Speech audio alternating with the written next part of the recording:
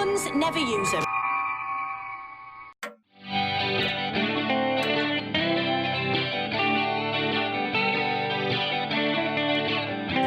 You are entering the realm of the Time Prophet, exploring the darker regions of time and the world about us. Strangely enough, I knew the Doctor had used guns in various stories, but I didn't know how often he had used a gun until I made the first video. Even before finishing, I found lots of other occasions the Doctor had used a gun. So many in fact that it now warrants a second video. I kind of counted 2 guns as one in the last video, but don't worry about that. In this video I have 15 guns, but kind of 17 if you add them up. Who can count anyway? Welcome to 15 times the Doctor carried a gun. 15. Jon Pertwee, Spearhead from Space, January 1970. Oh dear. A newly regenerated Doctor finds himself fighting deadly Autons. They send their pods from outer space to Earth, power units for the Nestine intelligence. The Doctor built a weapon to eliminate the Nestine. I'm not quite sure of the science around it, but it required a long wire to some kind of power unit. I am not sure why he used valves in the building of it, as transistors had been well established since the 1950s. Yes, come on.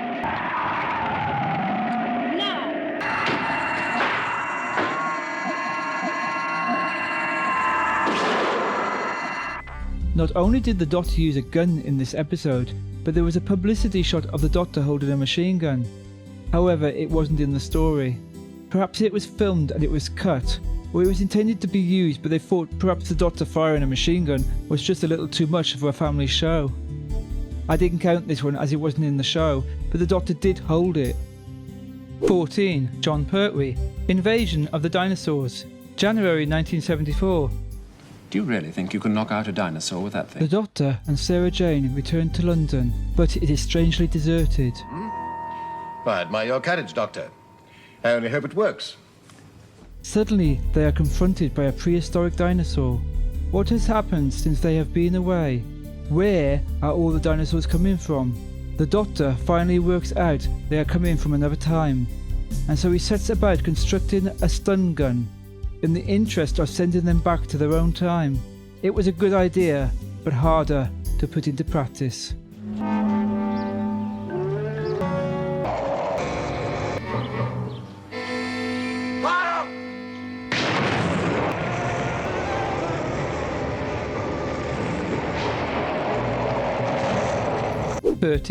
Tom Baker, Genesis of the Daleks, March 1975. Just touch these 2 strands together, and the Daleks are finished. We go back in time to the birth of the first Daleks created by Davros on Skaro. The whole story is like an allegory of the Second World War. The K-led race could quite easily be the German army, and even their uniforms reflect this. The Doctor faces a dilemma. If he destroys the Daleks now, it might make things better, but also it could change the universe for the worse. Again, another allegory. If you could go back in time and kill Hitler as a baby, would you do it? The war was bad, but it unified the world against an immoral force. These were the thoughts rushing through the Doctor's mind. In this instance, the Doctor uses a Dalek gun to destroy the tapes that the Doctor was forced to make, detailing every win and loss of the Dalek Empire. Davros can't rise from his chair, correct? Well, And he has the use of only one hand, this hand. And Davros never goes anywhere without you, Nida. So you must open the safe for him.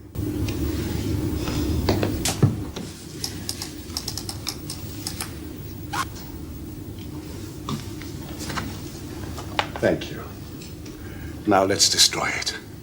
How about this? How very apt. A Dalek gun.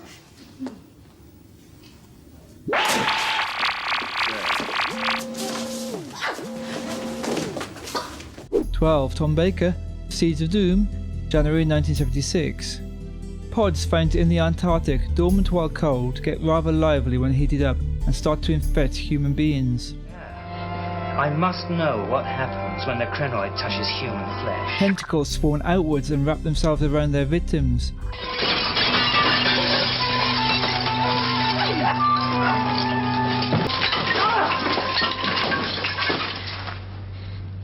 What do you do for an encore, Doctor? I win. A horticulturist named Mr. Chase, who actually hates humanity and thinks plant life should rule the earth, brings back the pods to cultivate them. In the process of the Doctor's investigation, Sarah Jane gets taken prisoner by Mr. Chase, and the Doctor takes the gun while rescuing her and uses it to get away. Tackle them single-handed? I'm not. I've got a pistol. But you'd never use it. True. But they don't know that, do they? 11. Peter Davison. The Visitation, February 1982. The Doctor intended to return Tegan home, and the TARDIS lands at Heathrow Airport. Unfortunately, it landed 300 years early, slightly before Heathrow was built, where the Black Death has taken hold of the village. The Doctor first picks up a flintlock gun from Richard Mace, who is a roguish kind of character, and examines it. Later, he borrows the same gun to shoot out the lock in the door. After the Doctor's sonic screwdriver gets destroyed. It was sad when the sonic was destroyed, but the worst crime was that it looked like it was made out of plastic. And it just shouldn't look like that. You're right. Stand back. There are 5 seconds longer. I said stand back.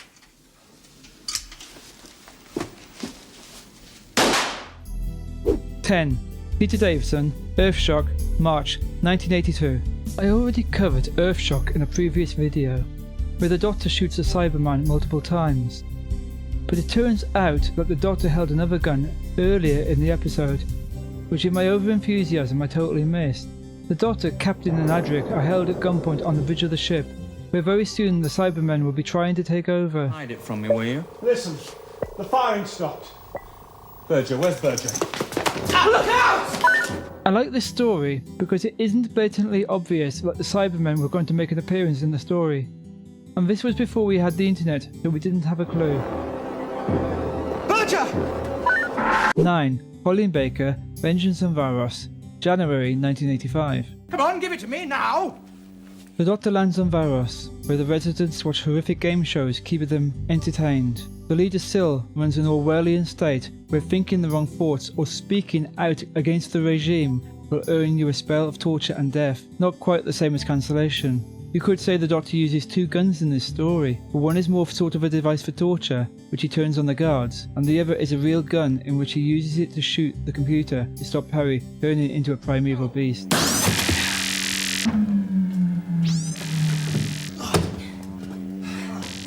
Help me turn this round. Right. Come on. Go. Yep. Turn off the transmutation process. Take your choice. There must be 100 switches to choose from. No time. You out. 8. Colin Baker, Revelation of the Daleks, March 1985. If you've ever seen Soylent Green, you will know what this story is about. The Doctor lands on Necros. The name comes from the Greek word necro, meaning death. The whole planet is basically a mortuary. However, some are held in its suspended animation where they wait for a cure. However, Davros, under the guise of the Great Healer, is secretly using the bodies for food and turning others into his own private army of Daleks. Here the Doctor uses a gun to take out the Dalek's eye stalk, which is a major flaw in all Daleks' design.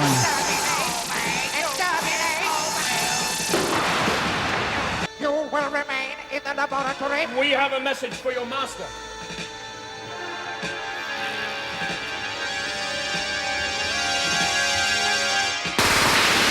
My vision is impaired. I cannot see. My vision is impaired. Emergency.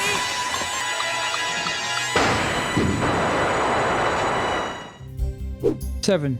Christopher Eccleston, Dalek, April 2005. The Doctor finds himself in a secret museum owned by Henry Van Statten, a rich megalomaniac in Utah. Broken. Lock and load.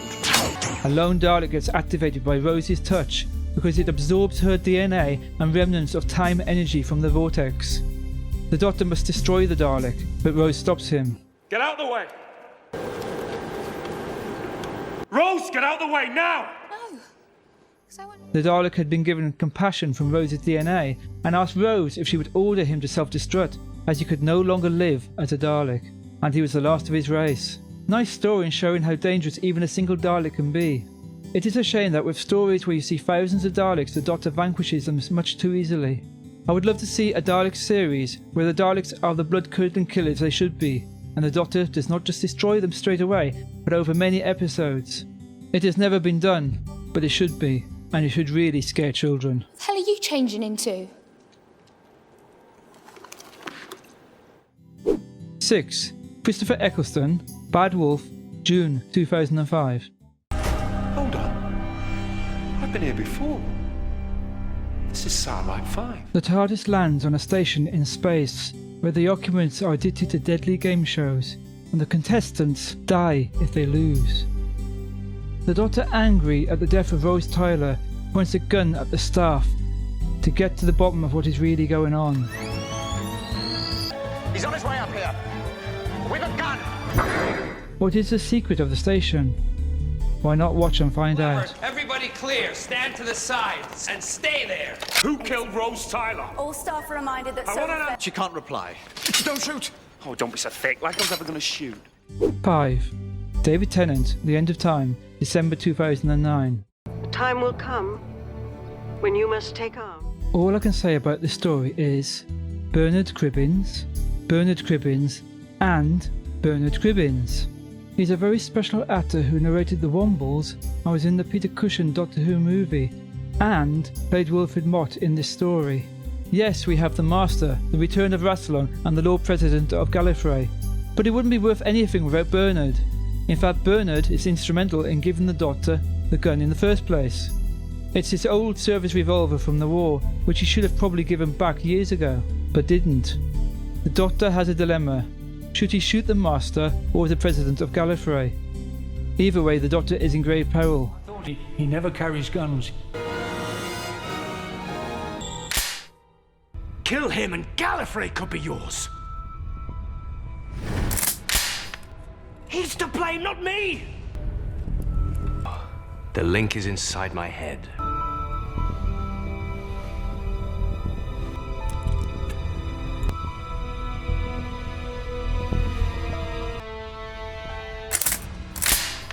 Exactly. Kill him! Get out of the way.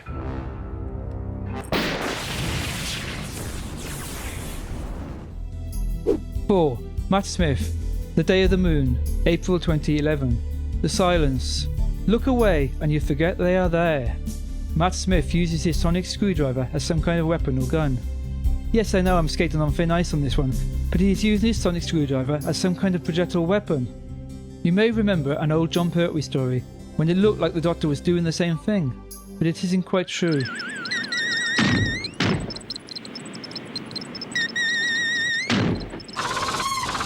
As in this older story of the Sea Devils, the Doctor is only setting off mines under the sand, and not actually firing with a sonic screwdriver. Take a real screwdriver. It isn't just for fixing cabinets. You could get quite stabby with it if you were so inclined. A sonic screwdriver is no different. In fact, in the re-established Doctor Who universe, it can do almost anything. It is no longer a sonic screwdriver, but more a Harry Potter wand.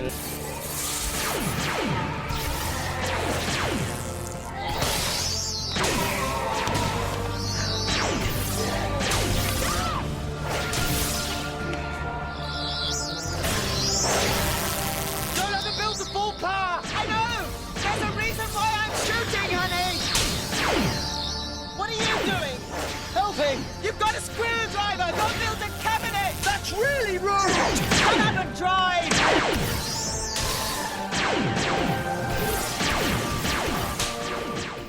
3. John Hurt, Day of the Doctor, November 2013. Not much to say about this one really. This was a Matt Smith story, but David Tennant and John Hurt also played the Doctor in the story. Tom Baker also made a glorious entrance as well, but he wasn't playing the Doctor, but somebody known as the Curator. Gallifrey falls no more. We get taken to the Great Time War when John Hurt's Doctor fires at the wall and spells out the words, "No more!" and then kills the Dalek. Soldier, I'm going to need your gun.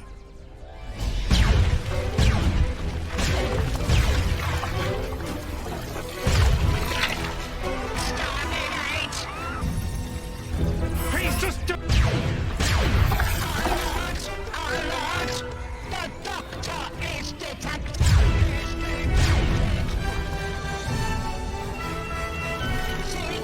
Locate! Destroy!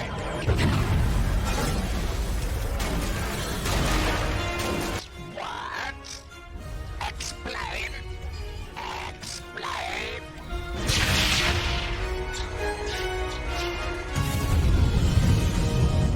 2. Peter Capaldi, The Magician's Apprentice, and The Witch's Familiar, September 2019. Are you gonna save me? I'm gonna save my friend. The only way I can. Exterminate! This story is harking back to the genesis of the Dalek story with Tom Baker, where the Doctor had the power to destroy the Daleks completely, but I have already explained this once in this video. Have you at my mercy? Exterminate! Doctor?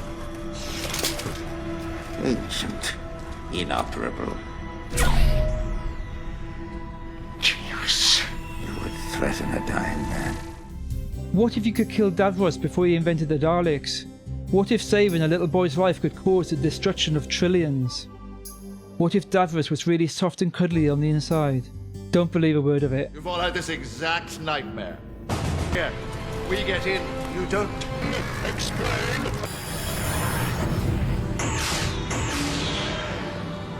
Are you gonna save me? Exterminate!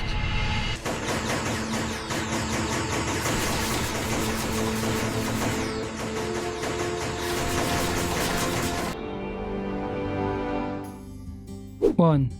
Peter Capaldi, Hellbent, December 2015.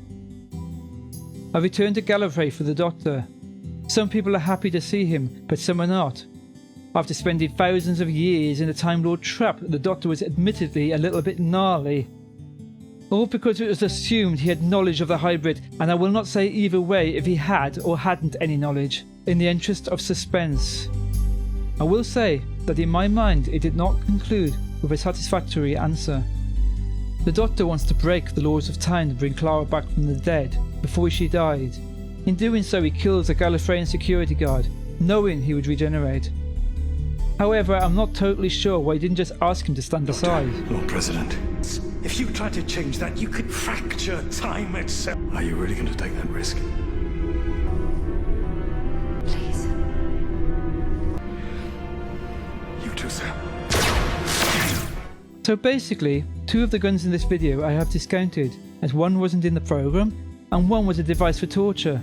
The sonic screwdriver that my Smith Doctor used can only be described as a gun because it is firing a projectile beam, which is exactly how a laser gun would work. Although why anyone would bring a screwdriver to a gunfight is anyone's guess. Guns, never use them. It is time for the Time Prophet to leave this universe. Please subscribe, and I will bid you farewell.